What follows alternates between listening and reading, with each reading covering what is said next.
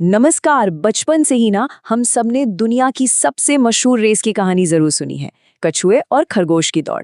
लेकिन क्या हो अगर मैं आपसे कहूं कि इस जानी मानी कहानी का एक ऐसा छिपा हुआ पहलू भी है जो इसके अंत को, इसके पूरे मतलब को पूरी तरह से बदल देता है।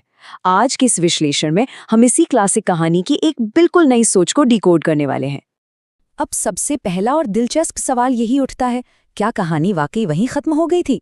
अक्सर हम मान लेते हैं कि हमें पूरी कहानी पता है, लेकिन सच तो ये है कि ये एक इटरेटिव पैराडाइम शिफ्ट यानी सोच में होने वाले क्रमिक बदलाव का एक बहुत ही शानदार उदाहरण है। कहानी वहाँ बिल्कुल खत्म नहीं होती जहाँ हमारी बचपन की किताबों में फुल स्टॉप लगा दिया गया था। चलिए सबसे पहले उस जानी मानी पुरानी कहानी पर एक क्विक नज़र डालते हैं। आइए उस पहली रेस को याद करते हैं जिसने हमारी एक बहुत ही बुनियादी सोच को जन्म दिया। स्टेप 1, खरगोश बहुत तेजी से भागता है, उसे अपनी स्पीड पर ओवर कॉन्फिडेंस हो जाता है और वो मस्त एक पेड़ के नीचे सो जाता है। स्टेप 2, वहीं दूसरी ओर कछुआ अपनी उसी धीमी लेकिन लगातार चाल से चलता रहता है। और स्टेप 3, जब तक खरगोश की आंख खुलती है बहुत देर हो चुकी होती है और कछुआ रेस जीत जाता है। और यहीं से हमें वो सबसे पहली और क्लासिक सीख मिलती है, धीमा और लगातार चलने वाला रेस जीतता है। ऐसा लगता है कि बस बात यहीं खत्म हो गई, मेहनत करो, निरंतर चलते रहो और सफलता मिल जाएगी। तो क्या आज की ये चर्चा यहीं खत्म कर दी जाए? बिल्कुल नहीं, क्योंकि असली मजा तो अब शुरू होता है। कहानी अभी बाकी है। रेस हारने के बाद खरगोश मायूस जरूर होता है, लेकिन वो अपनी हार पर बहुत गहराई से सोचता है। उसे रियलाइज होता है कि वो अपनी सबसे बड़ी कमी यानी अपने अति आत्मविश्वास के कारण हारा।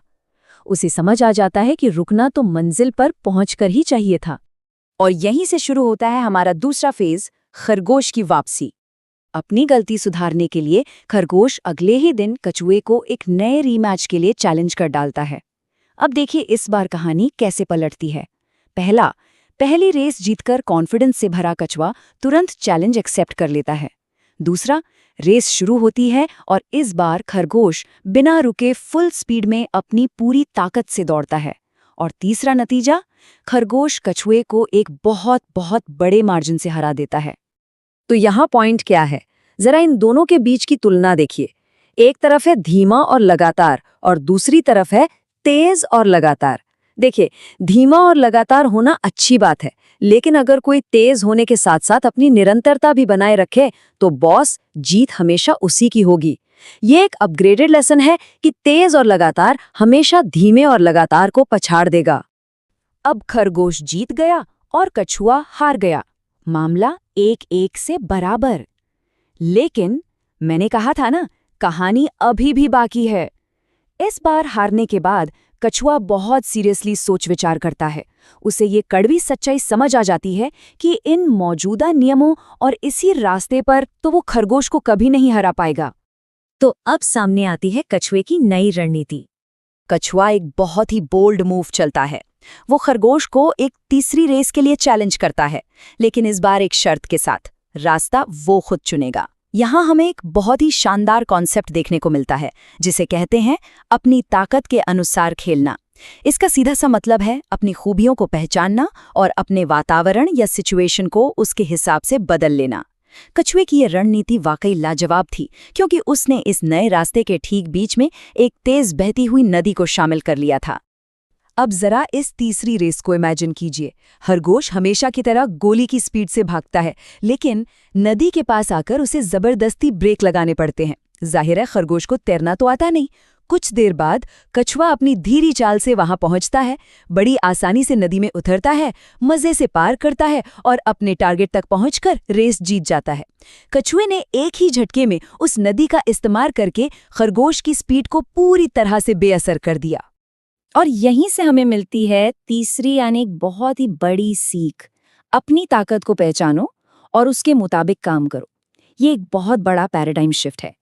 सफलता सिर्फ स्पीड या सिर्फ लगातार चलते रहने पर निर्भर नहीं करती, बल्कि ये जानने पर निर्भर करती है कि आपकी कोर स्ट्रेंथ क्या है और उस ताकत का सही इस्तेमाल करने के लिए सही मैदान कैसे चुना जाए। अब तक 3 रेस हो चुकी हैं। दोनों ने अपनी अपनी ताकत का पूरा जलवा दिखा दिया है। तो क्या ये उनकी आखिरी रेस थी? इतनी कड़ी टक्कर के बाद दोनों एक दूसरे की ताकत और कमजोरियों को बहुत अच्छी तरह समझ चुके थे। और सबसे कमाल की बात, इस पूरे प्रोसेस में वे दोनों बहुत अच्छे दोस्त बन गए थे। और यहीं से जन्म लेता है हमारा अंतिम और सबसे बड़ा विचार। और वो विचार है टीम वर्क की असली ताकत। अब हम एंटर करते हैं कहानी के सबसे रोमांचक चैप्टर में, जहां वे दोनों कॉम्पिटिटर की तरह नहीं बल्कि एक टीम के रूप में दौड़ने का फैसला करते हैं। उनका लक्ष्य था मिलकर एक नया रिकॉर्ड टाइम सेट करना। ये देखिए, उनकी क्षमताओं के सही बंटवारे का क्या बेहतरीन उदाहरण है। जमीन वाले हिस्से पर खरगोश ने कछुए को अपनी पीठ पर उठा लिया और तेजी से दौड़ लगाई, और जैसे ही नदी का हिस्सा आया, कछुए ने खरगोश को अपनी पीठ पर बिठा लिया और आराम से नदी पार करा दी। क्या शानदार तरीका है ना। दोनों ने मिलकर एक दूसरे की कमजोरियों को पूरी तरह से कवर कर लिया। जरा इस अंतर को महसूस करके देखिए, individual performance versus team work. जब उन्होंने अकेले अकेले रेस जीती थी तो जीत तो मिली थी, लेकिन उसमें वो पूर्णता और वो असली सेटिस्फैक्शन नहीं था। पर जब उन्होंने साथ मिलकर रिकॉर्ड टाइम में रेस पूरी की तो जो खुशी मिली वो पहले के किसी भी व्यक्तिगत जीत से कई गुना ज्यादा थी। टीम वर्क ने एक साधारण सी जीत को एक असाधारण और यादगार अनुभव में बदल दिया।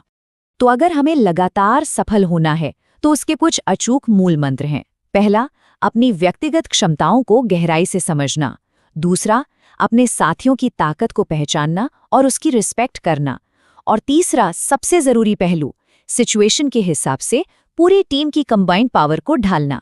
जब जैसी जरूरत हो वैसे अपनी रणनीति बदलना ही असली कामयाबी है।